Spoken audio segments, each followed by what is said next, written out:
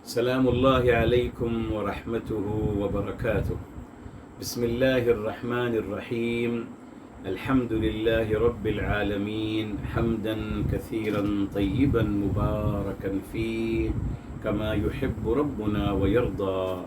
يا رب لك الحمد كما ينبغي لجلال وجهك وعظيم سلطانك. اللهم ربنا لك الحمد حتى ترضى، ولك الحمد إذا رضيت، ولك الحمد بعد الرضا. وأشهد أن لا إله إلا الله وحده لا شريك له، وأشهد أن سيدنا ونبينا وحبيبنا وعظيمنا محمدا عبده ورسوله صاحب الوجه الأنور والجبين الأزهر. اللهم صل وسلم وبارك وأنعم عليه صلاة وسلاما دائمين إلى يوم القيامة. الحمد لله الذي هدانا لهذا وما كنا لنهتدي لولا أن هدانا الله. ربنا لا تزغ قلوبنا بعد إذ هديتنا وهب لنا من لدنك رحمة إنك أنت الوهاب. سبحانك لا علم لنا إلا ما علمتنا إنك أنت العليم الحكيم. اللهم افتح علينا بالحق وأنت خير الفاتحين. رب اشرح لي صدري ويسر لي أمري واحلل عقدة من لساني يفقه قولي واجعل لي وزيرا من أهلي. آمين يا رب العالمين بجاه الرحمة للعالمين صلى الله عليه وآله وسلم. يقول الله تبارك وتعالى في كتابه العزيز بعد أعوذ بالله من الشيطان الرجيم بسم الله الرحمن الرحيم. وإذ قال موسى لقومه إن الله يأمركم أن تذبحوا بقرة. الحمدللہ محترم ناظرین و سامعین کرام، آج انشاءاللہ تعالی ہم آغاز کر رہے ہیں تدبر قرآن کی کلاس ہے اور آیت نمبر ہے 67. انشاءاللہ تعالی آپ اپنا سپارہ کھول لیجئے. اس میں سب سے پہلے ہم روٹ ورڈ انشاءاللہ تعالی اس مبارک آیات میں جو آئے ہیں ان کو انشاءاللہ تعالی سمجھتے ہیں. ٹھیک، شروع کرتے ہیں. سب سے پہلے وَإِذْ جو بتائیں گے یہ تو وہ ہے قال. یہ آ گیا ہمارے ساتھ. قال اوریجنلی کیا ہے؟ قاوالا. یہ دیکھیں اوریجنلی قوالا ہے، مگر ہماری زبان کی آسانی کے لیے قالا کر دیا گیا. تو قالا اس کا روٹ ورڈ ہے قاوالا. ٹھیک، اس کے بعد میرے محترم موسیٰ علیہ السلام اللہ کے نبی، اس کا روٹ ورڈ ہم پہلے لے چکے ہیں، بتا چکا ہوں میرے محترم. اس کا روٹ ورڈ ہے ما واسا، میم واو اور سین، ما واسا. اس کا مطلب بتا چکے ہیں، پھر بتائیں گے انشاءاللہ تعالیٰ آپ کو، ڈونٹ وری. آگے میرے محترم فرمایا لقومہ. لقومہ قوم، قوم کا روٹ ورڈ ہے قاما. یس، وہ ہے قاوما بیسیکلی، وہ بھی ہے قاواما، قاف وا اور میم، یہ اس کا روٹ ورڈ ہے قوم کا. میرے محترم بتائیں گے کیا ربط ہے دونوں میں انشاءاللہ تعالی. فرمایا ان اللہ، ان حرف توکید و نصب، اللہ تعالیٰ کا مبارک نام. جی پھر یأمرکم، یأمر اس کا روٹ ورڈ ہے آمارا. یہ دیکھیے محموز الفا ہے، آمارا، حمزہ الف حمزہ میم را، امارا. ٹھیک، ان حرف ناصب آ گیا. پھر آ گیا تذبحو، اس کا روٹ ورڈ ہے میرے محترم ذبح، ذبح یہ اس کا روٹ ورڈ ہے. پھر آ گیا بقرتن، بقرتن. جی تو یہ بقرتن کا روٹ ورڈ ہے بقرہ. بتائیں گے انشاءاللہ آپ کو ایک نیا مفہوم آپ کو بتائیں گے بقرہ کا. جی الحمدللہ بہت پیارا مفہوم ہے انشاءاللہ تعالی. ٹھیک، اس کے بعد قالو اگین آ گیا، تو یہ بھی اس کا روٹ ورڈ وہی ہے قاوالا، یہ جمع کا صیغہ ہے. اور اس کے بعد آ گیا اتتخذو، اتتخذو، اس کا روٹ ورڈ ہے آخذ، یہ بھی محموز الفا ہے، لائک امرا، جی یہ محموز الفا ہے تو یہ ہو جائے گا آخذ۔ بتائیں گے آپ کو یہاں کیا تبدیلی آئی ہے جب اس کی طرف آئیں گے انشاءاللہ تعالی۔ اب روٹ ورڈ لکھ لیجیے بس آپ، کیا ہے اس کا روٹ ورڈ؟ آخذ، ٹھیک۔ ہزوا، ہاں ہزوا، اس کا روٹ ورڈ ہے ہزا، ہزا اور الف پر حمزہ، ہزا، تین حرفی ہزا روٹ ورڈ، ٹھیک۔ قال اگین، قاولا، ٹھیک۔ اور اعوذ میرے محترم، اعوذ یہ بھی ہے عاذ، اصل میں ہے عاوذ، جیسے قالا ہے قاولا، یہ بھی اس کا روٹ ورڈ ماضی ہے عاذ، اصل میں کیا ہے عاوذ، واو ہے یہ اوریجنلی، بیکاز مضارع میں یعوذ آ رہا ہے تو یہ واو ہے، ٹھیک۔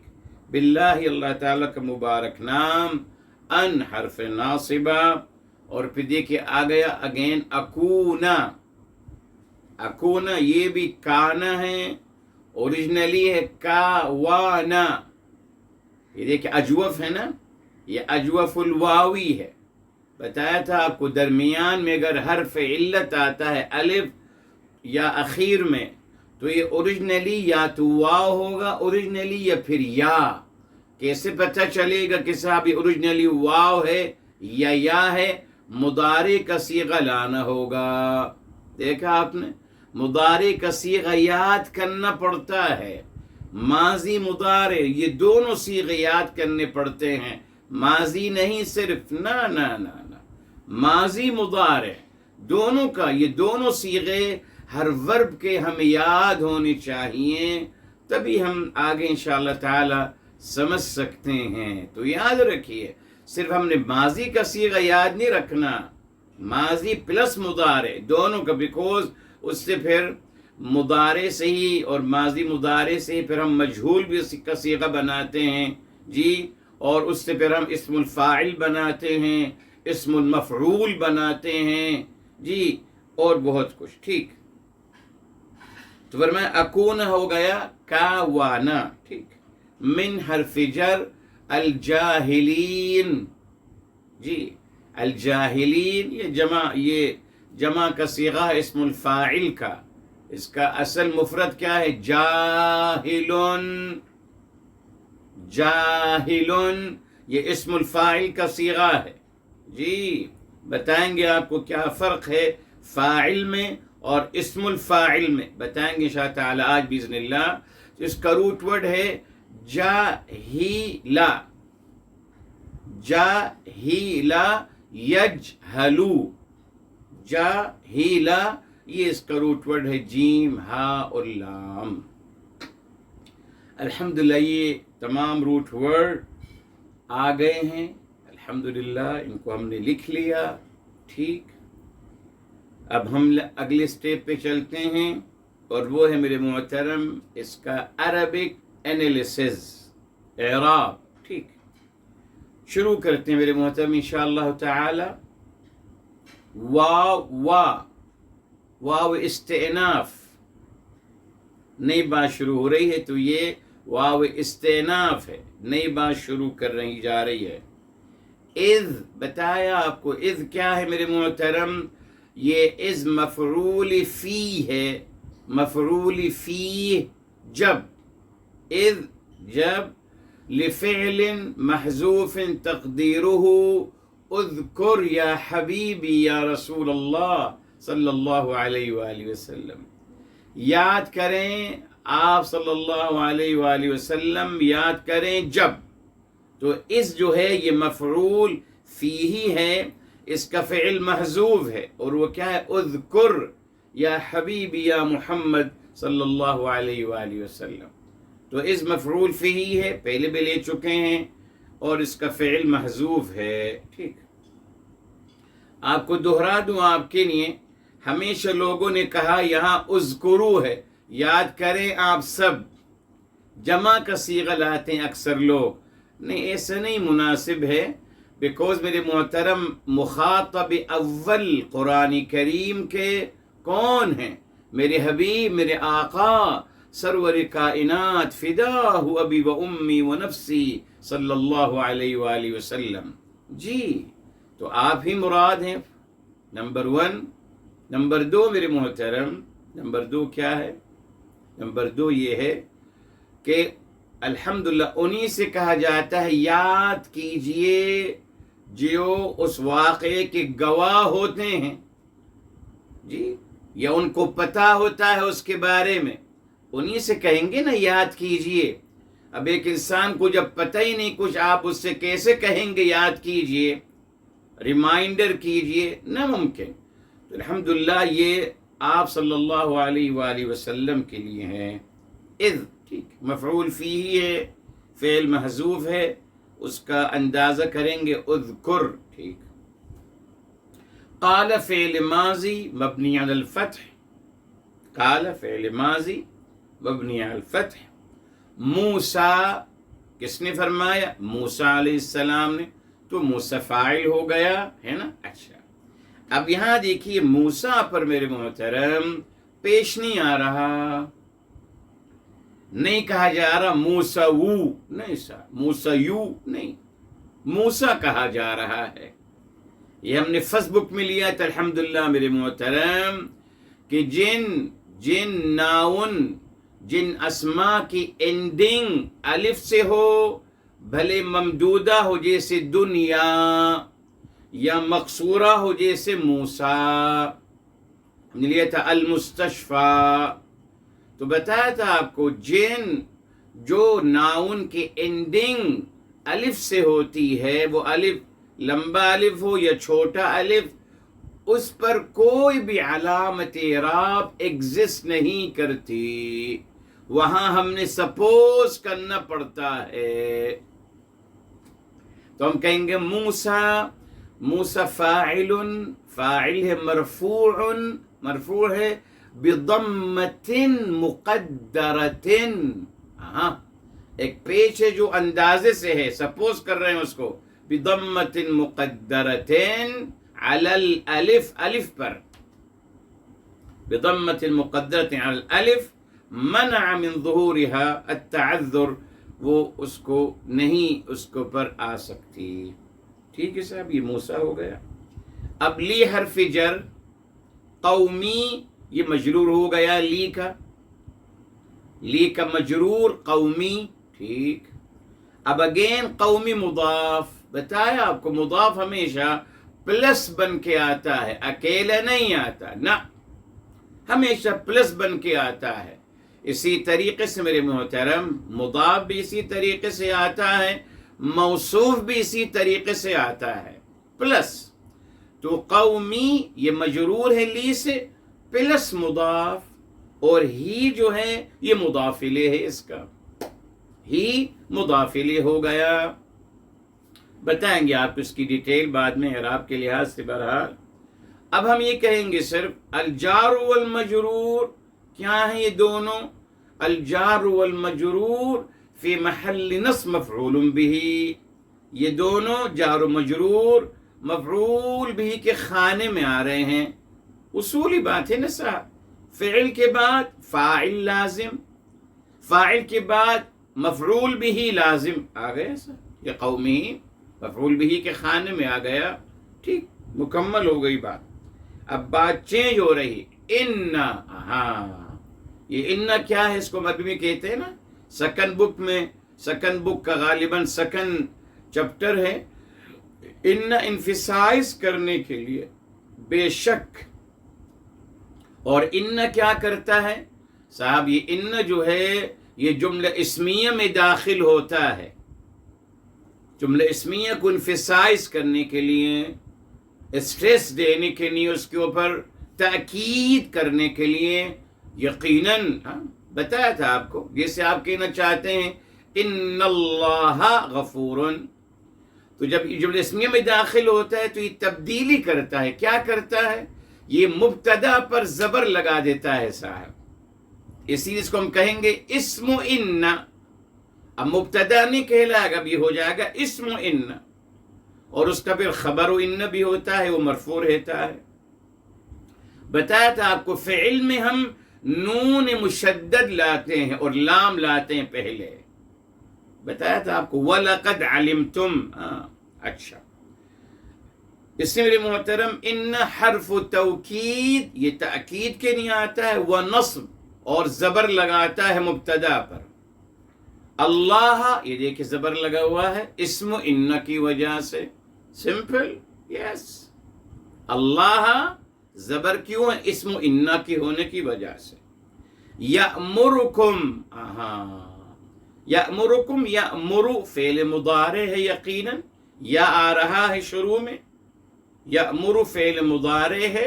ٹھیک، فاعل کہاں ہے؟ یہاں بھی فاعل مستتر ہے، چھپا ہوا ہے، ہیڈنگ ہے، جس کا انداز ہے اللہ، اللہ تعالی ہے نا. یأمر، یأمر فعل مضارع مرفوع بالضمہ الظاہر علی آخرہ، والفاعل ضمیر مستتر تقدیرہ اللہ. اور فاعل ہیڈنگ ہے، بیکوز اگر آپ فعل کہہ رہے ہیں فاعل لانا پڑے گا ضرور. ہاں، اصول ہے. آپ نے فعل کہا، فاعل لائیے صاحب ضرور. آپ نے مبتدا کہا، خبر لائیے ضرور.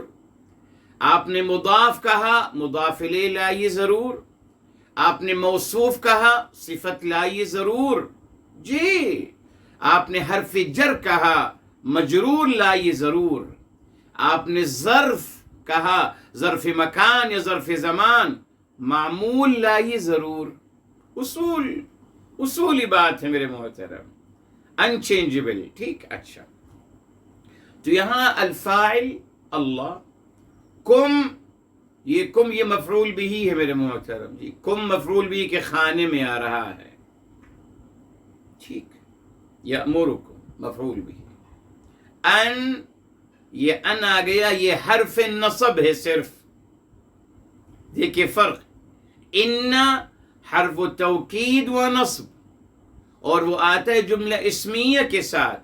ان، نون پہ زبر، نون پہ جزم آ گیا، یہ ہو گیا حرف ناصبہ، اور یہ آتا ہے صرف فعل مضارع کے ساتھ، اس پہ زبر لگاتا ہے. سیکنڈ بک کا گرامر یہ سب لے چکے ہیں الحمدللہ آپ. تو ان تذبحوا، یہ فعل مضارع ہے، تذبحوا فعل مضارع ہے منصوب بان، علامت نصب کیا ہے؟ حذف النون، نون گر گیا، یہ افعال خمسہ میں سے ہے، اس لیے یہ اصل میں تھا ان تذبحون، ان کی وجہ سے ان گر گیا، ہو گیا تذبحوا. واو فاعل ہے، الواو تذبحوا، یہ واو فاعل ہے. جب فعل کہا تو فاعل لازم. ٹھیک، فعل مضارع تذبحوا فعل مضارع ہے، واو اس کا فاعل ہے. بقرتن، یہ تمییز ہے میرے محترم. ان تذبحوا، کیا ذبح کرو؟ بقرتن، یہ تمییز ہے، تمییز ہے، تبھی اس پر زبر، دو زبر آ رہے ہیں.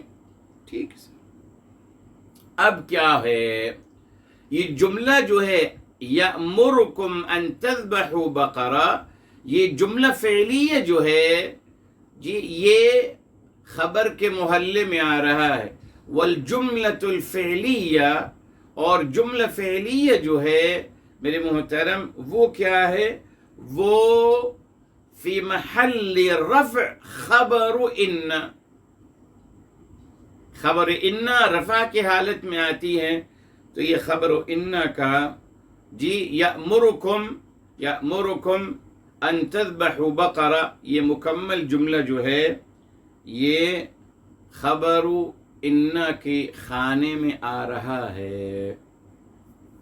جب آپ نے اسم ان کہا تو خبر ان لازمی آنا ہے.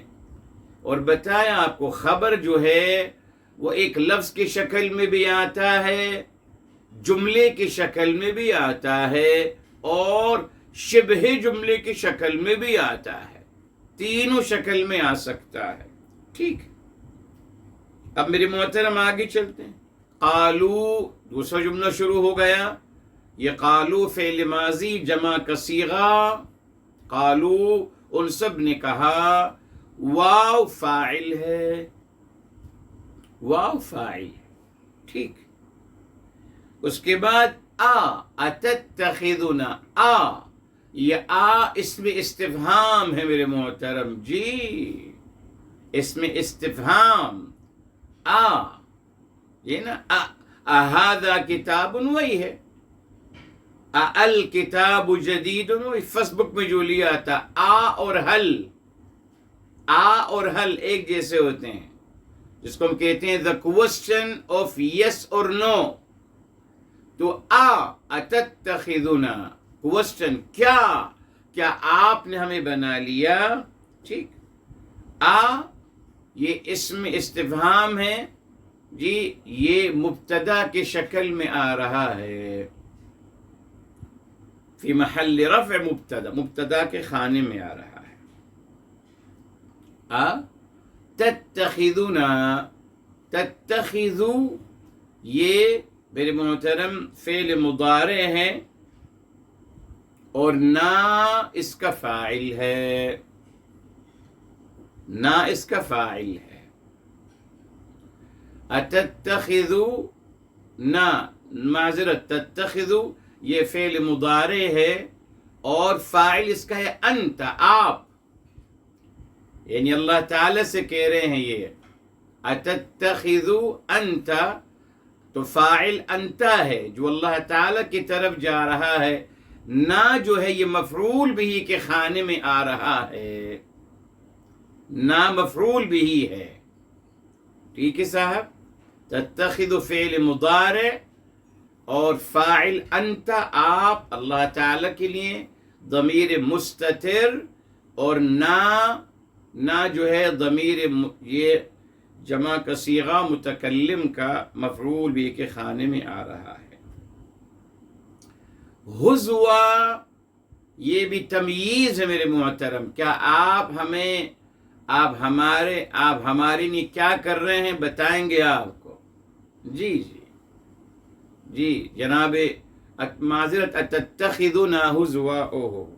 اتتخذنا یہاں تتخذو فعل مضارع ہے اور فاعل انت جو ہے وہ جناب موسیٰ کے لیے ہے.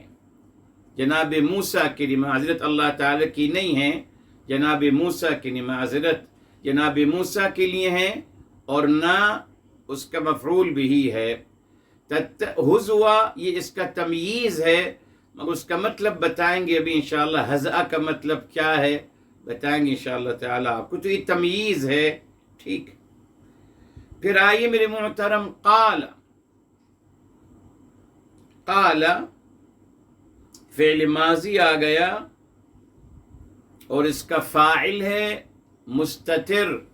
تقدیرہ انا یا موسیٰ. اصل میں قال موسیٰ ہے نا. قال موسیٰ. تو قال فعل ماضی اور اس کا فاعل ضمیر مستتر تقدیرہ موسیٰ. قال ہوا کس نے؟ موسیٰ علیہ السلام نے. تو قال فعل ماضی فاعل اس کا محذوف ہے. آپ دیکھ رہے ہیں میرے محترم کتنی جگہ فاعل محذوف ہے. یہی تدبر قرآن ہے جی. آپ نے غور کرنا پڑتا ہے کہ صاحب فاعل کہاں ہے خبر کہاں ہے جی. اب آپ نے قال کہا فعل ماضی ٹھیک ہے تو فاعل کہاں ہے نہیں لکھا ہوا. تو یا کہیں گے صاحب یہاں فاعل ہے مگر ہیڈنگ ہے. وہ کون؟ وہ جناب موسیٰ علیہ السلام جی. بے شمار قرآن کریم کی آیات میں ایسا آتا ہے میرے محترم. کیا مقصد ہے؟ تدبر قرآن کرنا سیکھیے. غور و خوض کرنا سیکھیے. ایسا نہیں بس آپ نے ترجمہ یاد کر لیا اور لوگ سمجھتے ہیں کہ ترجمہ ہم نے پڑھ لیا تو ہم نے قرآن کو سمجھ لیا. بہت ساری حکمتیں یہ بہرحال. اب میرے محترم آ گیا اعوذ. ابھی دوسرا فعل شروع ہو گیا. اعوذ فعل مضارع ہے جی. متکلم کا صیغہ اعوذ فعل مضارع متکلم کا صیغہ فاعل کہاں ہیں؟ اگین الفاعل ضمیر مستتر تقدیر انا. جناب موسیٰ علیہ السلام فرمائیں کہ میں پناہ مانگ رہا ہوں، تو اعوذ میں ہوں، میں، تو فاعل یہاں میں ہوں، انا ہے جناب موسیٰ علیہ السلام کے لیے. پھر باللہ میرے محترم الحمدللہ باللہ جار و مجرور ہو گیا، اور یقیناً جار و مجرور، الجار والمجرور دونوں مل کر فی محل نصب مفعول بہ بن رہا ہے، مفعول بہ کے خانے میں آ رہا ہے. ٹھیک. اس کے بعد میرے محترم ان اکونا، ہاں ان یہ دیکھیں پھر آ گیا حرف ناصبہ، حرف ناصبہ جی. اور اکونو یہ فعل مضارع ہے، اکونو میں ہوتا، میں ہوں گا، مضارع کا صیغہ، مگر ان کی وجہ سے ہو گیا ان اکونا کہ میں ہو جاؤں جی. تو ان حرف ناصبہ اور اکونا فعل مضارع منصوب ہے زبر سے. ٹھیک. اب میرے محترم یہ فعل بیچ میں آ گیا ہے جی، یہ فعل بیچ میں آ گیا ہے. اس کے بعد من حرف جر میرے محترم، اسی لیے بعض عربی زبان میں کچھ لوگوں کا یہ خیال ہے کہ ان جو ہے، ان اور فعل مضارع اس کو ہم کہتے ہیں مصدر مؤول، جسے نا ان اکونا، یہ مصدر مؤول ہے. مصدر مؤول کیا ہوتا ہے؟ جو بنتا ہے ان پلس فعل مضارع سے جی. جیسے آپ کہتے ہیں وَأَن، قرآن کریم میں آتا ہے وَأَن تَصُومُوا خَيْرٌ لَكُمْ، تو ان تصوموا کہتے ہیں یہ جو مصدر مؤول ہے یہ مبتدا کی شکل میں آ رہا ہے میرے محترم. اسی لیے اگر اس گرامر کو ہم یہاں لاتے ہیں میرے محترم تو ان اکونا یہ مصدر مؤول ہے، ان اور حرف مضارعہ سے، یہ میرے محترم یہ بھی مفعول بہ ثانی بن رہا ہے، بیکوز مصدر مؤول ناؤن ہے، ایک ناؤن بن جاتا ہے. تو ان اکونا یہ مصدر مؤول یہ مفعول بہ ثانی بن رہا ہے. یہی تقاضا ہے سیاق و سباق کا جی. من حرف جر اور الجاہلین مجرور ہے من سے، اور علامت جر کیا ہے میرے محترم؟ الیا، علامت جر یا ہے، کیونکہ یہ جمع مذکر سالم ہے، اور جمع مذکر سالم کی علامت جر زیر نہیں بلکہ یا ہوتی ہے. یہ بھی ذہن نشین کر لیجئے کہ علامت رفع بعض دفعہ پیش نہیں واو بھی ہوتی ہے. کب؟ پڑھ لیا ہے آپ نے جی. اسی طریقے سے نصب کی علامت زبر نہیں ہوتی ہمیشہ، بعض دفعہ یا ہوتی ہے. ٹھیک. بعض دفعہ الف ہوتی ہے تثنیے میں. ٹھیک. اسی طریقے سے علامت جر زیر نہیں ہوتی ہمیشہ بلکہ بعض دفعہ یا ہوتی ہے، جس کو ہم کہتے ہیں اعراب فرعی. ایک ہوتا ہے اعراب اصلی، ایک ہوتا ہے اعراب فرعی، اور تیسرا ہے اعراب تقدیری. تین اعراب ہیں میرے محترم، اصلی، فرعی اور تقدیری. ٹھیک ہے. تو یہاں الجاہلین جو ہے یہ مجرور ہے من سے، گڈ، مگر علامت جر زیر نہیں بلکہ یا ہے، اس نے کی جمع مذکر سالم ہے. ٹھیک. اب من الجاہلین یہ بھی جار و مجرور ہو گیا نا صاحب. تو یہ من الجاہلین یہ جار و مجرور ہے جو کہ مفعول بھی بن رہا ہے، تیسرا مفعول بھی. باللہ پہلے مفعول بھی، ان اکون مصدر مؤول دوسرا مفعول بھی کے خانے میں آ گیا. من الجاہلین اگین جار و مجرور تیسرا مفعول بھی کے خانے میں آ گیا. ٹھیک ہے صاحب میرے محترم، اس طریقے سے الحمدللہ یہ ہمارا انالیسز انشاءاللہ الحمدللہ مکمل ہوا. ٹھیک، اب آئیے میرے محترم شروع کرتے ہیں تدبر قرآن، تفسیر قرآن بالقرآن سے سمجھنے کی کوشش کرتے ہیں کہ اللہ تعالی یہاں کیا فرما رہے ہیں. ٹھیک، آغاز کی ہو رہا ہے وَإِذْ، اور یاد کریں آپ صلی اللہ علیہ وآلہ وسلم جب کیا قال موسیٰ، جب موسیٰ علیہ السلام نے فرمایا اپنی قوم سے. ٹھیک، آرام سے چلیں گے. بتایا تھا آپ کو میرے محترم یہ موسیٰ علیہ السلام کا روٹ ورڈ جی کیا ہے؟ ما واسا، جس کو عام طور پہ ماسا کہتے ہیں، اور ماسا کا مطلب ہے کسی چیز کا چکنا ہونا اور قیمتی ہونا. جی، کسی چیز کا چکنا ہونا اور قیمتی ہونا. تو جناب موسیٰ علیہ السلام کا مبارک نام یہی ہے کہ وہ قیمتی تھے، انمول تھے، عظیم مقام اور مرتبہ والے. جی، یہ مقصد ہے عربی زبان کے حوالے سے ان کا مبارک نام کا مطلب یہ ہے. ٹھیک، اب آئیے لقومہ، قوم، اپنے قوم سے فرمایا آپ نے. ٹھیک، بے شمار مقامات میں یہ لفظ آتا ہے قوم. ٹھیک، اس کا روٹ ورڈ ہے میرے محترم قامہ. قامہ کھڑا ہونا، قام یقوم. ٹھیک، یہی ہے میرے محترم، یہی اس کا اصل مطلب ہے میرے محترم، کھڑا ہونا. ٹھیک، قام یقوم یا قوم یقوم مضارع، پھر مصدر آ گیا قوم، یہ مصدر ہے قوم. جی، قوم مصدر ہے. کیا مطلب؟ قوم کا مطلب ہے کھڑا ہو جانا، کھڑا ہو جانا. جی، اب میرے محترم کیا لنک ہے اس کھڑے ہو جانے کو قوم کیسے بنا دیا گیا؟ جی، ایک نیشن کیسے بن گئی، قوم کیسے بن گئی؟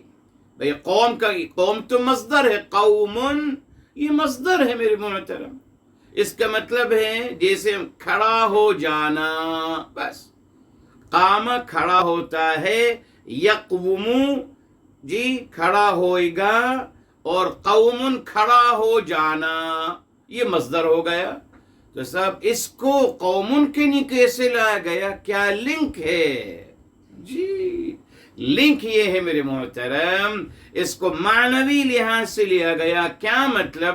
بتایا قوم وہ ہوتی ہے جو ایک دوسرے کی مدد و نصرت کے لیے ہمیشہ تیار رہے، تبھی وہ قوم کہلاتی ہے.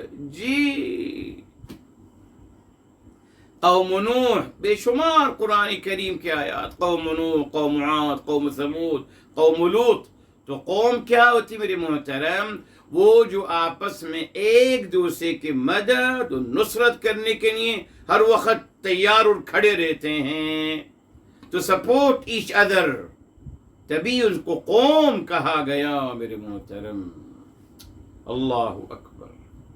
جی، یہ تصور دینا چاہا اللہ تعالیٰ نے میرے محترم. ٹھیک، اچھا، اب ایک اچھی بات آپ کے لیے، اللہ رب العزت والجلال نے جب اللہ تعالیٰ نے جب اپنا تذکرہ فرمایا تو اللہ تعالیٰ نے کبھی نہیں کہا کہ میں نے آپ کو ایک قوم بنایا ہے، نہ، بلکہ جب بھی بات ہوئی تو فرمایا امتکم، ان هذه امتکم امتا واحدتا وانا ربکم فاعبدون. بتایا ہوں آپ کو آیت، جی تاکہ آپ کی واضح ہو جائے. بے شمار آیات ہیں. بہرحال یہاں غالباً سورہ انبیاء علیہ السلام کی آیت ہے جو میں آپ کو کوٹ کر رہا ہوں جی، انشاءاللہ تعالی وہیں ہوگی. یس بالکل. ان هذه امتکم امۃ واحدہ، یہ سورہ نمبر 21 ہے اور آیت نمبر ہے میرے محترم 92، اور مقامات میں بھی آتا ہے. جی جی. ان هذه امتکم امۃ واحدہ، بے شک یہ آپ کی امت ہے، ایک امت. وَأَنَا رَبُّكُمْ فَاعْبُدُونَ، اور میں آپ سب کا رب ہوں تو بس آپ میری ہی عبادت کیجئے. تو اللہ تعالیٰ کو مطلوب امت ہے، قوم نہیں. بے شمار مقامات میں آپ نے ہمیشہ فرمایا هذه امتکم، جی امتن کہا میرے محترم، امتن. کیا فرق ہے میرے محترم امتن میں اور قوم میں؟ اللہ تعالیٰ نے کیوں نہیں کہا فرمایا قوم؟ جب مسلمانوں کے قوم بنانا ہے تو قوم کہہ دیتے نا میرے محترم، مگر امتن کہا، امتن. اور انبیاء علیہ السلام کا بھی جب تذکرہ فرمایا ان کے بارے میں بھی کہا کنتم خیر امتن، آپ سب سے بہترین امت ہو، امت کہا گیا. انبیاء علیہ السلام کی گروہ اور جماعت کو بھی امتن کہا گیا، امت، قوم نہیں میرے محترم. مگر انبیاء علیہ السلام کے جب تذکرہ ہوتا ہے تو ان کی قوموں کا تذکرہ ہوتا ہے. قوم نوح، یہاں بھی دیکھیے قوم عاد، قوم ثمود، قوم کا تذکرہ ہوتا ہے.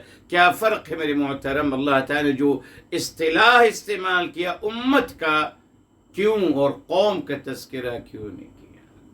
جی میرے محترم یہاں دیکھیے قوم بتا دیا، یہ نکلا ہے قام یقوموں سے، یعنی وہ لوگ جو آپس میں ایک دوسرے کے سپورٹ اور نصرت کے لیے تیار رہتے ہیں، کھڑے رہتے ہیں.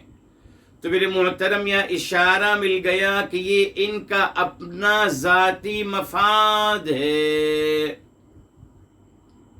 اپنے ذاتی مفاد کے تحت ایک دوسرے سے جڑے رہتے ہیں. جی مگر وہاں فرمایا امتن. امتن کیا ہے میرے محترم؟ یہ امتن کا روٹ ورڈ کیا ہے؟ اما، اما. جی اس کا روٹ ہے اما، یہ فعل مشدد ہے، اوریجنلی ہے ما.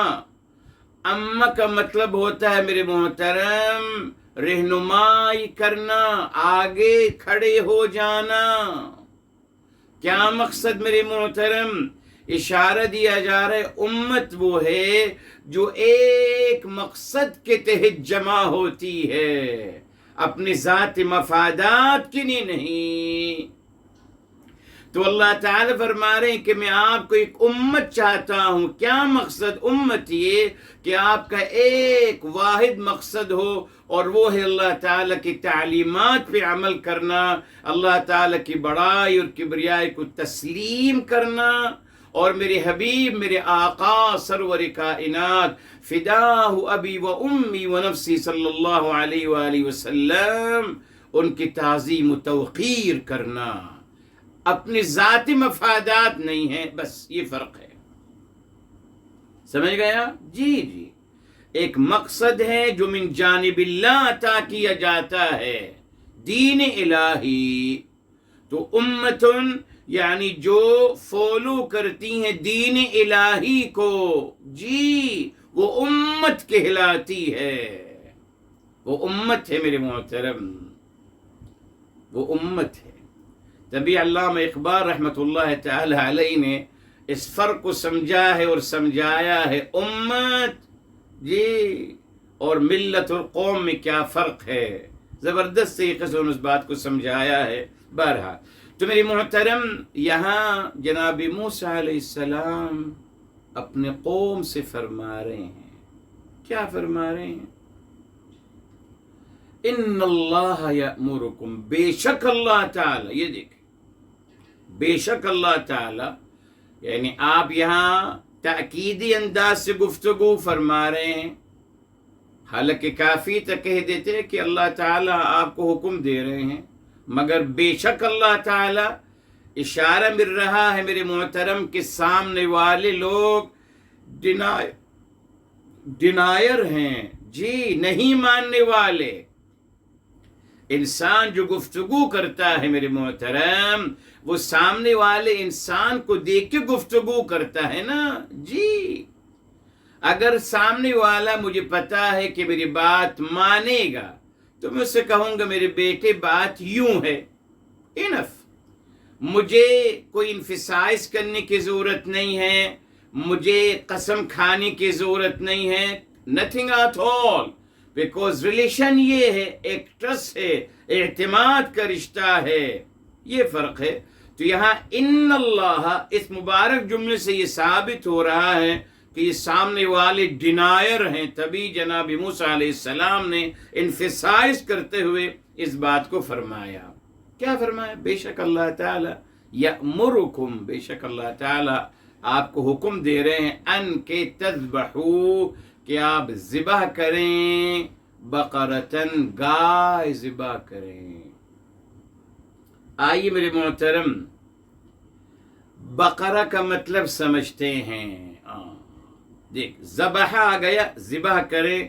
ذبح کیا ہے میرے محترم؟ الذبح، ذبح معروف ہے پروپر طریقے سے، جی، گردن سے کسی جانور کو ذبح کرنا، جو پروپر طریقہ ہے ذبح کرنے کا، یہ ہے ذبح۔ ٹھیک ہے صاحب، معروف ہے۔ اور ایک اچھی بات بتاؤں گا آپ کو بہرحال، جی، جناب ابراہیم علیہ السلام کے بارے میں، ٹھیک۔ تو ذبح یہی ہے پروپر طریقے سے، جی، مدیہ کے ذریعے سے، مدیہ جس کو چھری کہتے ہیں عربی زبان میں، مدیہ کے ذریعے باقاعدہ پروپر طریقے سے جو مذبح ہے جانور کا، وہاں سے اس کو ذبح کرنا، یہ ذبح ہے۔ تو بقرہ کیا ہے میرے محترم؟ با، قاف اور را، بقرہ کا مطلب ہے پیٹ کو چیرنا۔ جب میرے محترم جانور کو ذبح کیا جاتا ہے تو آپ بتاؤ اس کے پیٹ میں سے بہت کچھ نکلتا ہے، تو باقاعدہ پیٹ کے چیرنے کو کہتے ہیں بقرہ بطن الجملی۔ اس نے اونٹ کے پیٹ کو چیر دیا تو وہ کھل کے سامنے آ گیا، اوپن کر دیا۔ اس کو چیرنا، اس کو تب کھولنا میرے محترم، جی، یہ ہے چیرنا، پیٹ کو چیرنا میرے محترم۔ الحمدللہ آگے چل کر اس کو ایک اچھا مطلب دیا گیا، اور ہمارے ائمہ جو گزرے ہیں ان میں سے امام باقر سلام اللہ علیہ ہیں۔ امام باقر، ان کو امام باقر کیوں کہا گیا؟ اس نے کہ انہوں نے علوم اور فنون کے پیٹوں کو چیرا تھا اور ان کا علم حاصل کیا تھا، جی، معنوی لحاظ سے۔ بقر العلوم والفنون، بقرہ چیر لیا انہوں نے، تمام علوم و فنون کو انہوں نے چیرتے چلے گئے اور ان کو ابزورو کرتے چلے گئے، ان کو حاصل کرتے چلے گئے، تبھی امام باقر سلام اللہ علیہ کہلائے۔ کتنا پیارا مطلب ہے بقرتن کا میرے محترم۔ اچھا، اب یہ سوال اٹھتا ہے کہ صاحب بقرہ کا مطلب تو چیرنا ہے، تو بھائی بقرتن گائے کیسے بن گئی؟ جی، کیا چیز جوائن ہو رہی ہے دونوں میں؟ جی، اگر بقرہ کا مطلب ہے پیٹ کو چیرنا اور اس سے فائدے اور اس کے اندر جو چیزیں ہیں اس سے مستفیض ہونا، معنوی لحاظ سے بھی اور فزیکلی بھی، تو بقرتن کو، گائے کو بقرتن کیوں کہا؟ اس نے کہ انسان اس کی پیٹ کو چیرتا ہے اور اس کا دودھ حاصل کرتا ہے، جی، لأن الانسان يبقر اللبن منها، جی، دودھ نکالتا ہے اس سے، تبھی اس کو بقرہ کہلایا گیا، چیرتا ہے، معنوی لحاظ سے یقیناً اس کے پیٹ کو چیرتا ہے اور اس کے پیٹ سے باقاعدہ وہ دودھ دودھ لیتا ہے اور دودھ حاصل کرتا ہے، تبھی گائے کو بقرتن کہا گیا۔ اور پھر میرے محترم اگر ہم معنوی لحاظ سے دیکھیں، سورۃ البقرہ، اللہ اکبر، جی، تو اشارہ مل گیا کہ صاحب یہ ایسا مجموعہ ہے، یہ مبارک سورہ ایسا مجموعہ ہے جس میں بے شمار علوم و فنون کو بیان کیا گیا۔ نو ڈاؤٹ میرے محترم، سورہ بقرہ میں اہل علم نے کاؤنٹ کیا ہے، سورہ بقرہ میں 200 سے زیادہ ٹاپک بیان کیے گئے، اونلی ان سورہ بقرہ، more than 200 topics. It's the more than 200 علوم و فنون، مختلف باتیں، جی، یہ سورۃ البقرہ، اللہ اکبر، جی، جس سے بہت علوم و فنون اس کے اندر موجود ہیں، پائے جاتے ہیں میرے محترم۔ اسی لیے یہاں فرمایا گیا کہ بے شک اللہ تعالیٰ آپ کو حکم دے رہے ہیں کہ آپ گائے ذبح کرو، ٹھیک۔ میری محترم یہ دیکھیے اصولی بات کیا ہے، اصولی بات یہ ہے کہ پہلے مقدمہ بیان کیا جاتا ہے نا، مقدمہ یعنی کوئی بھی قصہ آپ بیان کرنا چاہتے ہیں تو آپ پہلے قصے کا پس منظر بیان کریں گے، آغاز کہاں سے ہوا وہ بیان کریں گے نا، نتیجہ اخیر میں بیان کریں گے آپ، ڈیفینیٹ، یہ اصول ہے نا میرے محترم۔ پہلے مقدمہ ہیں، اسباب ہیں، جی، شروع کے سٹیپس ہیں، پورا واقعہ، پھر بعد میں نتیجہ آتا ہے۔ اللہ رب العزت والجلال نے یہاں اس ترتیب کو چینج کیا میرے محترم، جی، پہلے اللہ تعالی نے باقاعدہ اس نتیجے کو تذکرہ پہلے فرما دیا اور بعد میں اصل واقعہ بیان کیا جا رہا ہے کہ یہ کیوں مطالبہ کیا گیا ان سے، حالانکہ پہلے بتانا چاہیے تھا نا کہ کیوں مطالبہ کیا جا رہا ہے، نا، پہلے نہیں، پہلے یہ مکمل بات بیان کر دی گئی، بعد میں اصل قصہ آ رہا ہے کہ صاحب یہ کیوں ہوا، ان سے کیوں مطالبہ کیا گیا۔ یہ کیا ہے میرے محترم؟ یہ اسلوب التفات ہے، جی، اللہ تعالیٰ چاہتے ہیں بعض مقامات میں کہ آپ ریلی میرے محترم آپ کانشیس رہیے، چوکھنا رہیے، اٹینشن رہیے قرآن کو سمجھنے کے لیے، جی، جب تک آپ تدبر قرآن نہیں کریں گے پروپر نہیں سمجھ سکیں گے۔ میرے محترم ایک اچھی بات ہم سب کے لیے غور کیجئے گا، بالعموم سمجھا جاتا ہے کہ رات سونے کے لیے بنائی گئی ہے میرے محترم، ہے نا، رات کو سونے کے لیے بنایا گیا، دن کو کام کریے، رات کو سو جائیے، قصہ ختم، رائٹ، شاید ایسا ہی، مگر آئیے قرآن کریم کی طرف آئیے اور سورہ مزمل دیکھیے میرے محترم۔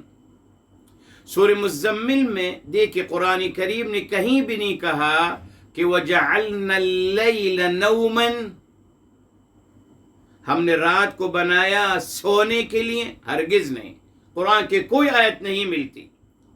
قرآن کریم میں رات کے بارے میں دو باتیں آتی ہیں، وَجَعَلْنَا اللَّيْلَ لِبَاسًا، ہم نے رات کو لباس بنایا، اور آتا ہے لَيْلٍ تَسْكُنُونَ فِيهِ، رات کو ہم نے سکون کا ذریعہ بنایا ہے، بس سونے کا نہیں۔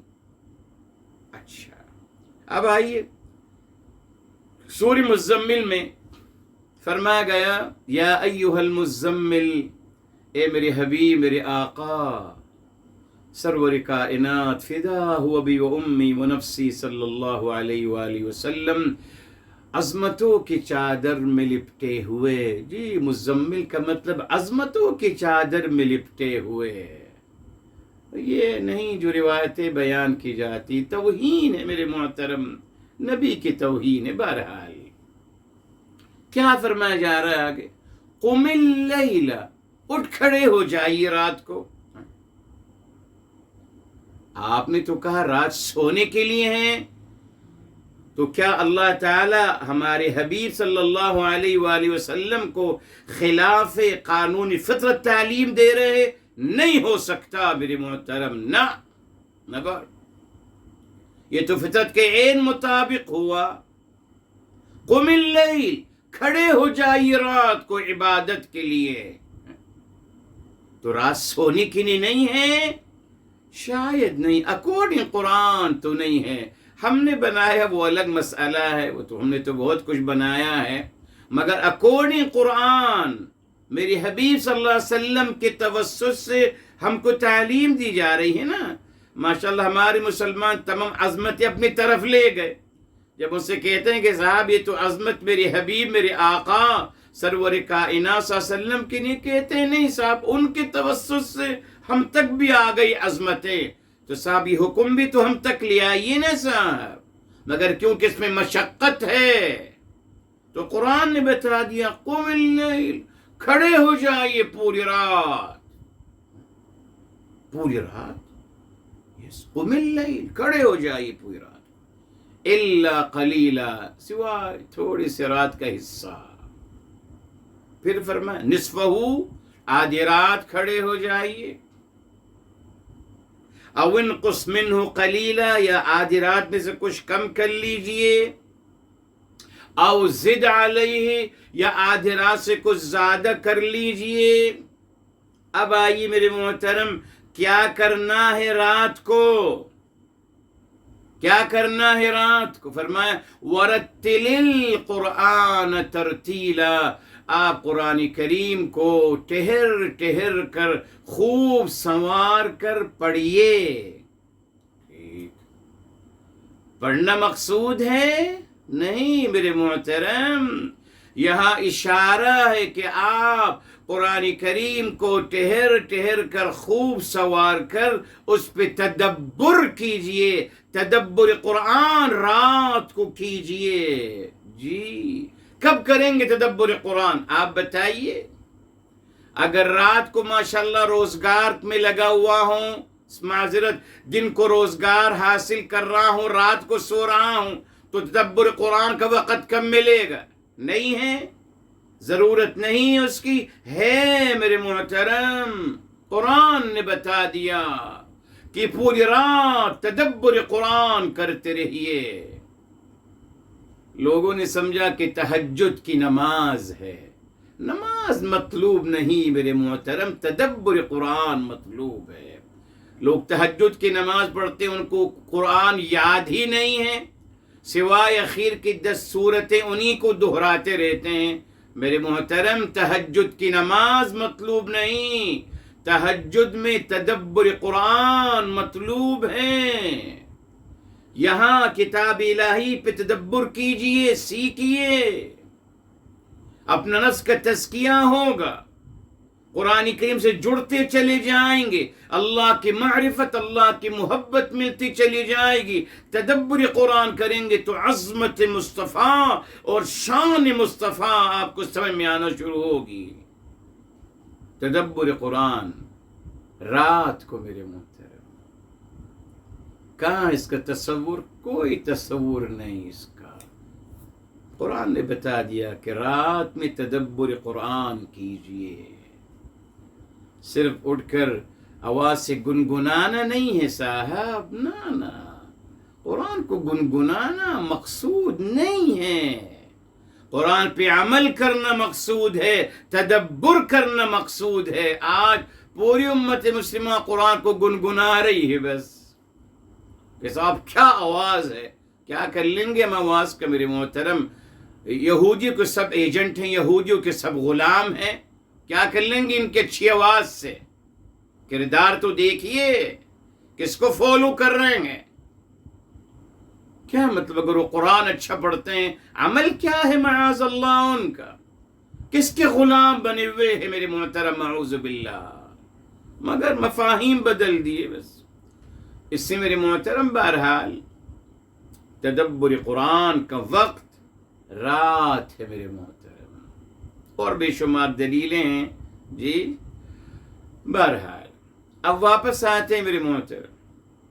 تو یہاں اللہ تعالی نے فرما دیا، یہاں پہلے واقعہ بیان کیا جا رہا ہے، بعد میں اس کی وجہ بیان کی جائے گی. اور یہ کیا ہے؟ تدبر کرنے کا طریقہ. جی جی جی، تدبر، اسلوب التفات، اسلوب تنبیہ. کانشیس رہیے، اٹینشن رہیے، چوکنا رہیے کہ کیا بات ہو رہی ہے، کہاں سے شروع ہو رہی ہے، کیا ہے کیا نہیں. اچھا اب آگے چلیے.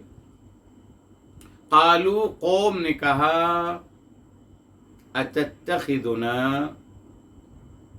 بتایا تھا آپ کو جی اس میں استفہام مبتدا ہے اور جملہ تتخذنا ہزوا یہ خبر ہے. یہ جملہ خبر ہے میرے محترم، مبتدا کا. ٹھیک، اتتخذنا وہ اللہ کی نبی سے فرما رہے ہیں کیا آپ ہمیں بنا رہے ہیں کیا. اچھا دیکھیے، پہلے بات تو میرے محترم یہ اخذہ ہے. پھر یہ جب گیا میرے محترم افتعل کی وزن پہ تو ہو گیا اتخذ. افتعل، جب باب افتعل میں گیا تو ہو گیا اتخذ. تو میرے محترم جب دو حمزے آ گئے تو ایک حمزے کو تا میں بدل ہو گیا اتخذ. ایک حمزے کو تا میں بدل گیا تو ہو گیا اتخذ. ٹھیک، کتنا مشکل ہوتا اگر آپ پڑھتے اتخذنا، اتتخذنا، اتتخذنا. آسان ہو گیا ادائیگی میں اللہ رب العزت والجلال کی طرف سے. اب آئیے میرے محترم ہزأ. ہزأ کا مطلب عربی زبان میں ہے کسرا، توڑنا. مگر آپ کو قانون بتا دیا میرے محترم، کسرا ایک اور لفظ بھی ہے، تو یہ کسرا کیسے ہو گیا پھر؟ اب دیکھنا پڑے گا کیا فرق. یقیناً ایک کسرا ہے فزیکلی، آپ کہیں کسرا خالد الکوبا، توڑ دیا خالد نے کب، ہو گیا کسر، بروکن، توڑ دیا.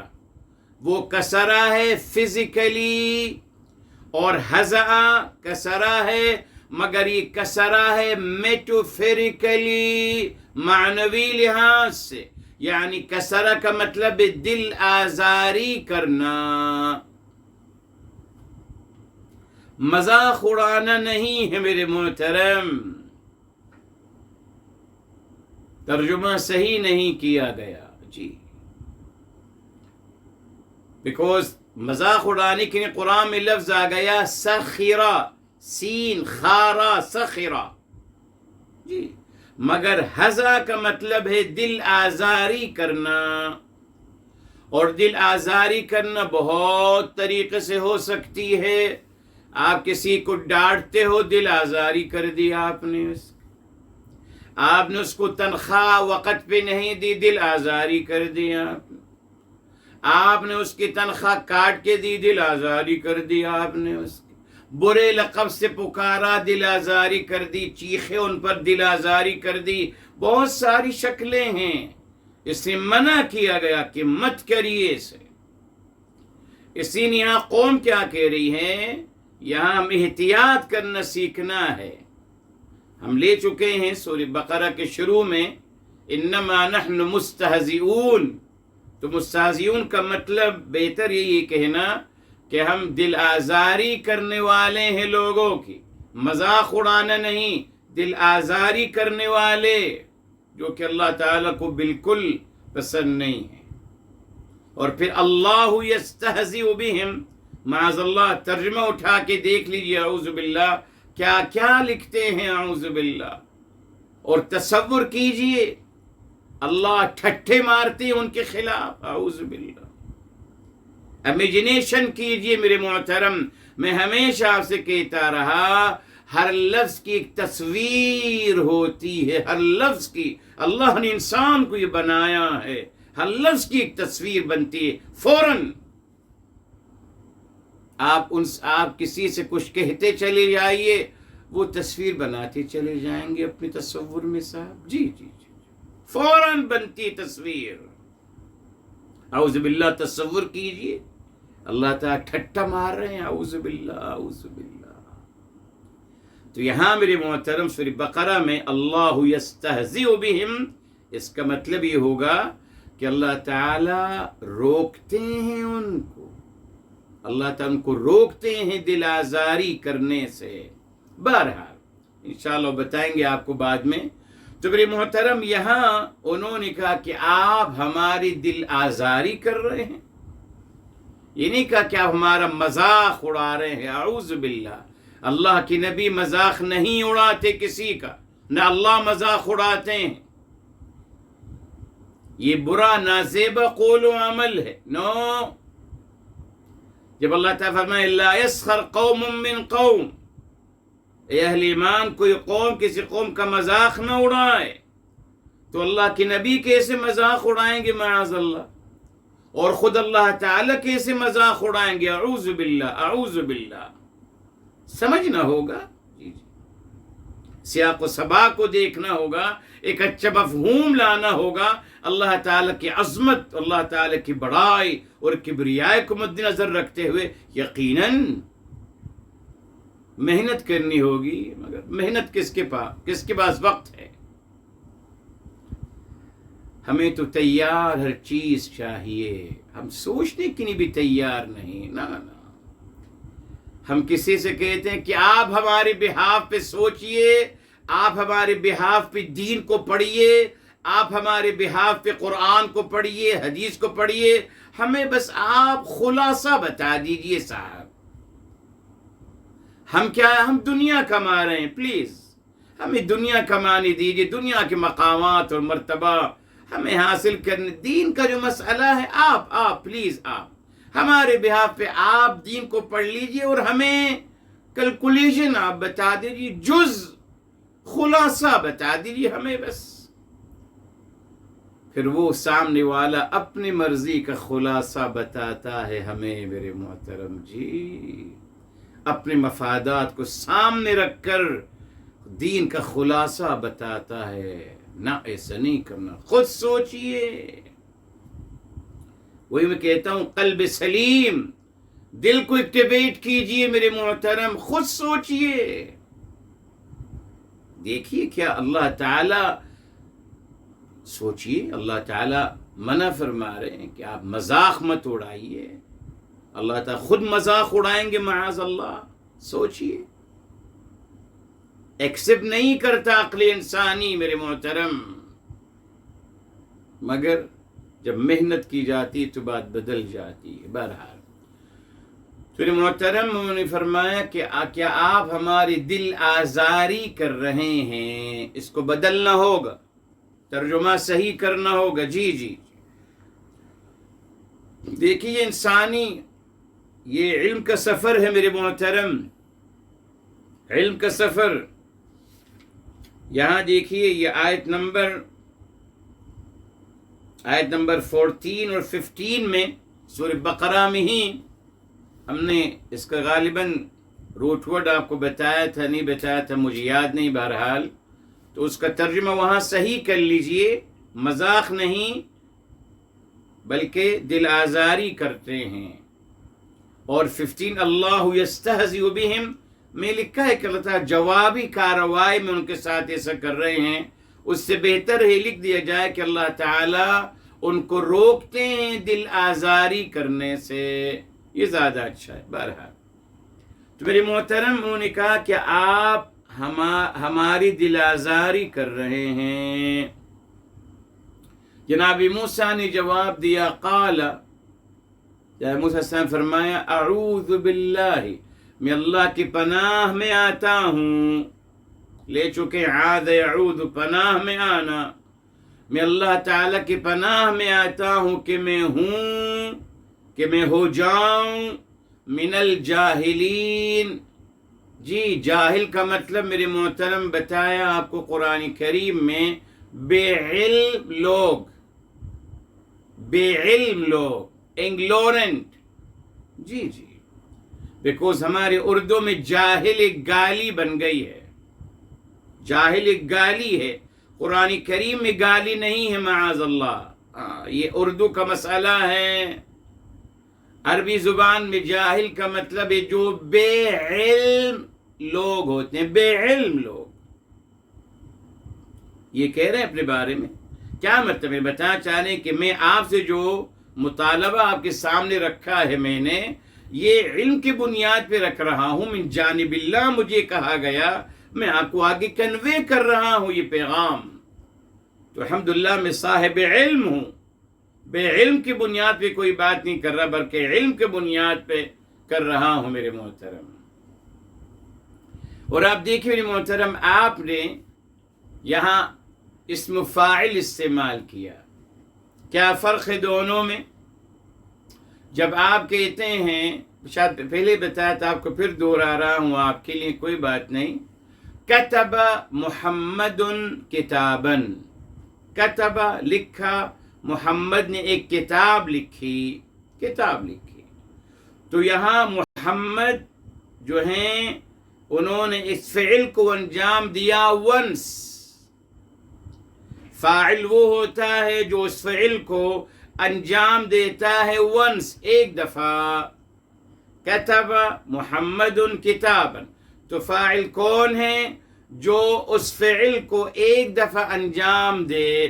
لیکن اگر آپ کہتے ہیں محمد کاتب، اسم الفاعل لے آتے ہیں، تو آپ یہ بتانا چاہ رہے ہیں کہ محمد نے ایک دفعہ نہیں لکھا، بلکہ محمد رائٹر ہیں، آتھر ہیں، کتابیں لکھتے رہتے ہیں، پرماننٹ صفت ہے ان کی، یہ پرماننٹ۔ سمجھ گئے آپ؟ فاعل ایک دفعہ فعل کو انجام دینے والا فاعل کہلائے گا، لیکن اسم الفاعل وہ ہوتا ہے جو پرماننٹ اس فعل کو انجام دیتا رہے۔ تبھی جناب موسیٰ علیہ السلام اپنے بارے فرمایا، معاذ اللہ، معاذ اللہ، کہ میں بے علم نہیں ہوں، میں جو آپ سے کہہ رہا ہوں ایک علم کی بنیاد پہ آپ سے بات کر رہا ہوں، جی علم کی بنیاد پر، اور معاذ اللہ ایسا نہیں ہوں کہ میں بے علم گفتگو کروں۔ اشارہ مل گیا میرے محترم؟ آئیے فرق بتاتے ہیں میرے محترم۔ جی قرآن کریم کی طرف آتے ہیں، سورہ النجم، تفسیر قرآن بالقرآن کی طرف آتے ہیں، بات انشاءاللہ تعالی کلیئر ہوتی چلی جائے گی۔ یہ دیکھیں صاحب، سورہ النجم ہے میرے محترم، النجم 53 ہے میرے محترم۔ یہ دیکھیں، فرمایا، آیت نمبر ہے میرے محترم 28۔ جی ایک منٹ ٹھہریے، ہاں جی بالکل الحمدللہ، جی ٹھیک ہے، 28 ہے میرے محترم، وہ آیت کا مسئلہ تھا۔ فرمایا دیکھ، وَمَا لَهُمْ بِهِ مِنْ عِلْمٍ، یہ ہیں بے علم لوگ، وَمَا لَهُمْ بِهِ مِنْ عِلْم، ٹھیک، یعنی ان کے پاس کوئی علم نہیں ہوتا۔ تو کیا ہوتا ہے جب علم نہیں تو کیا ہوتا ہے؟ یہ إِن يَتَّبِعُونَ إِلَّا الظَّنَّ، وہ تو صرف اپنی گمان کی پیروی کر رہے ہوتے ہیں۔ دیکھیں فرق بتا رہے ہیں جی، جب موسیٰ علیہ السلام فرما رہے ہیں کہ میں تو علم کی بنیاد پہ گفتگو کر رہا ہوں، بیکوز جو لوگ بے علم ہوتے ہیں وہ اپنا ذاتی گمان اپنی ذاتی گمان کو فالو کرتے ہیں۔ آگے فرمایا، وَإِنَّ الظَّنَّ لَا يُغْنِي مِنَ الْحَقِّ شَيْئًا، اللہ اکبر، فرمایا اور گمان جو ہے وہ حق کے مقابلے میں کوئی حیثیت نہیں رکھتا، کوئی حقیقت نہیں ہے اس کی۔ گمان تو آپ کا مرضی کا ہے، آپ جو چاہیں گمان کریں، کون پوچھ سکتا ہے آپ سے میرے محترم؟ کوئی حقیقت نہیں۔ یہ فرق ہے، دیکھیں الحمدللہ، تبھی اللہ رب العزت والجلال نے اس کتاب الہی میں علم عطا کیا ہمیں، نالج، یس، یہ نالج بک آف نالج ہے میرے محترم. ہزاروں الحمدللہ اس کے اندر نالج کی باتیں، ہزاروں نالج کی باتیں ہیں،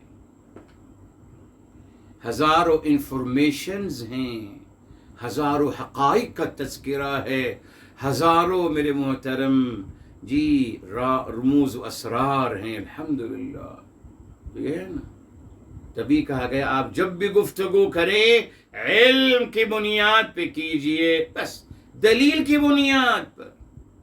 اسی نے آج بھی آپ دیکھ لیجئے میرے محترم، آج جو دین کے نام پہ جو آج دین رائج ہے لوگوں کے پاس، کوئی دلیل نہیں ہے کسی کے پاس. ریلی میرے محترم تاریخی واقعات،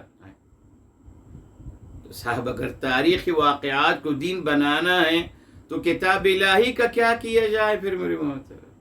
پھر اس کی کیا ضرورت؟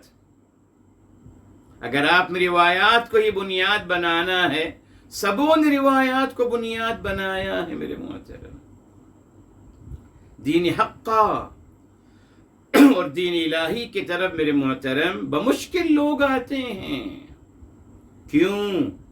اس نے کہ کتاب الہی کی طرف آنے کا مقصد ہے اپنے تمام ذاتی مفادات کو خیرآباد کرنا ہوگا. جی تمام ذاتی مفادات کو، اپنے تمام بڑائیاں، اپنی تمام تشخصات جو بنائے ہیں، اپنے تمام بڑے بڑے نام، اپنی تمام حیثیتیں سب ختم کرنی ہوں گی. سارا فن رک جائے گا میرے محترم. مشکل ہے، اسی نہیں چلتا رہے گا تا قیامت، کوئی مشکل نہیں. وہ جانے رب جانے، ہمارا ان سے کوئی تعلق نہیں. ہم اپنی سم صحیح کر لیں بس. ہمارا یہ پیمانہ ہونا چاہیے جو بات بھی کریں کتاب الہی سے اس کی دلیل ہمارے پاس ہونی چاہیے، اور احادیث صحیحہ سے اس کی دلیل ہمارے پاس ہونی چاہیے. جو بات کتاب الہی میں نہیں میرے محترم، یقیناً وہ دین کا حصہ نہیں ہو سکتی. بتایا آپ کو اگلا مہینہ سفر کا مہینہ آ رہا ہے. مسلمانوں سے پوچھ لیجئے، سب مسلمان کہتے ہیں کہ سفر کا مہینہ بلائیں نازل ہونے کا مہینہ ہے، مصیبتیں نازل ہونے کا مہینہ ہے، نحوست کا مہینہ ہے. اعوذ باللہ. جی سفر کے مہینے میں شادیاں نہیں کرتے، خوشیاں نہیں کرتے، معاذ اللہ. یہ کیا ہے یہ سب کچھ میرے محترم؟ اتنا بڑا بہتان اللہ تعالیٰ پر ہم سنتے آئے اور مانتے آئے، ہم سنتے آئے اور مانتے آئے، بلکہ عمل بھی کرتے آئے. نہیں، اعوذ باللہ، ناممکن میرے محترم. اللہ تعالیٰ سراپا محبت اور پیار ہیں. اللہ تعالیٰ ہر لمحہ سوائے فضل و کرم کے کچھ نازل نہیں فرماتے. جی اللہ تعالیٰ ہر لمحہ عطا ہی عطا ہیں، فضل ہی فضل ہے، کرم ہی کرم ہے. اس تصور کرنا بھی معاذ اللہ کہ اللہ تعالیٰ ایک لمحے کے لیے کوئی اذیت کوئی عذاب نازل فرماتے ہیں، یہ اللہ تعالیٰ کی شان کریمی اور رحیمی پر بہت بڑا بہتان ہوگا.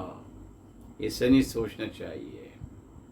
ایک مثال دے رہا تھا آپ کو، بیکوز ابھی محرم کا مہینہ ہے، سفر کا مہینہ آئے گا خیر کے ساتھ، اور بہت ساری باتیں اس طریقے سے دین بن کر رائج ہیں ہمارے معاشرے میں، جن کا کوئی ذکر نہیں کتاب الہی میں. تبھی جناب موسیٰ نے فرمایا ان اکون من الجاہلین. نہیں صاحب، میں بے علم بات نہیں کرتا ہوں، میں بے علم نہیں ہوں. علم سے اللہ نے مجھے نوازا ہے، الحمدللہ. علم کا مطلب دلائل سے نوازا ہے، حقائق سے نوازا ہے، الحمدللہ. یہ بنیاد تھی. بس یہاں رکتے ہیں انشاءاللہ تعالی. آئندہ انشاءاللہ اس کو پھر اگلے ہفتے انشاءاللہ اس کو آگے مکمل چلیں گے انشاءاللہ. بہت پیارا واقعہ ہے، بہت کچھ اس میں سمجھنے کی انشاءاللہ تعالی. اللہ عمل کرنے کی توفیق عطا فرمائے.